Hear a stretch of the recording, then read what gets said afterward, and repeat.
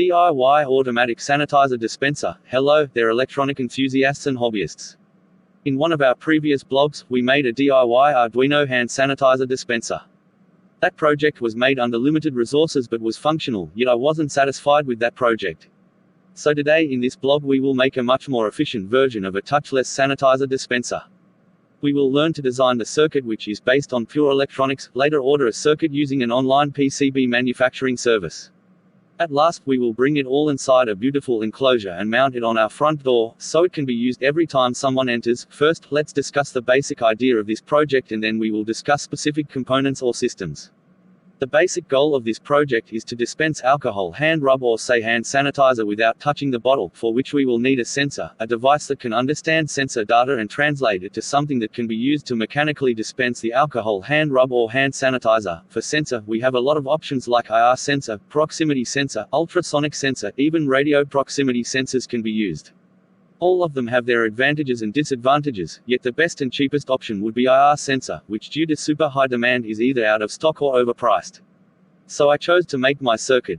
I figured out this circuit starting with IC LM393, which is a comparator IC. After looking at the datasheet and connections closely, it was clear that the circuit is a classical voltage comparator that compares IR receiver's voltage with a reference voltage from the pot, and that is simply brilliant. After reverse engineering, I tried this circuit on a breadboard only to find out the output current isn't even sufficient to drive MOSFET, which will make this circuit useless. Rather than giving up, I searched for alternatives and found this comparator IC LM358. The datasheet of LM358 showed us an example of a voltage comparator, which I used to create my schematic. The only extra thing I will add in this circuit is a MOSFET to drive high currents, typically up to 44 amps. I made a test circuit on a breadboard, which worked perfectly to my surprise. Well, in our previous project, we used Arduino as brains. It processed the input from the ultrasonic sensor and gave output to the servo, which won't be necessary this time, since we have a digital high or low output unlike the digital code pulse from ultrasonic which needed computation to indicate distance. For mechanical dispensation action, we could use servo, but again it is not the most efficient way, so in this build, we will use a submersible pump, which will stay inside the tank to pump out sanitizer. The pump we are using is a 6V pump and it is completely sealed, so there are least chances of burning or damaging.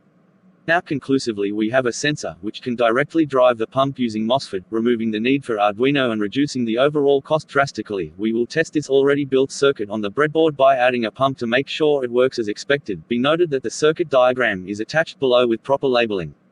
Now it's time to make a proper PCB, for which I use PCBWay's online PCB manufacturing service. Ordering a PCB from PCBWay is very simple, just like ordering from Amazon. Simply enter the dimension of PCB as 40 x 50 mm double layer and 1.6 mm thickness, keep all other parameters as standard and at last upload the Gerber file, which you can find here. After receiving the PCB, place components in the given order and solder them. If you are new to soldering, this tutorial might help you. After soldering, give the circuit a final test run. Once our electronics part is done, we will start to bring this project to life. We need a storage tank to store alcohol sanitizer or hand rub, for which I found this bottle with cap wide enough to fit the pump inside. I used aquarium tube to get the output of the pump from the dispenser, later made appropriate holes for tubing and wire, and powered everything with a wall adapter. You could use batteries to make the project portable, any battery that can output 9 volts DC. You can also add a pen end cap to limit the flow of liquid, but be careful, don't use too small a hole in the end else you will choke the motor. Finally, I used hot glue to mount the sensor PCB on the underside of the bottle. Since I have more plans on upgrading this device, I will use another plastic container so that we have room for improvement for the next project, and also it is easy to mount such a system on our front door. Before we mount it, we will spray this container with my favorite silver spray. I added a piece of tape to keep one little segment unpainted for the sensor. Later on, I drilled more holes for pipe and power, and at last, we will use some bolts to mount this on our door. After mounting everything up, we can conclude this project as a success, and it's quite mesmerizing to watch this machine in use. This machine is quite small in footprint, plus it looks great and is functional. We might modify this project further in some other blog. Subscribe to not miss that project. Anyway, I hope you guys learned something from this detailed blog tutorial, and if you enjoyed this blog, make sure to give it a like, share it with your friends and follow us on social media for more awesome content.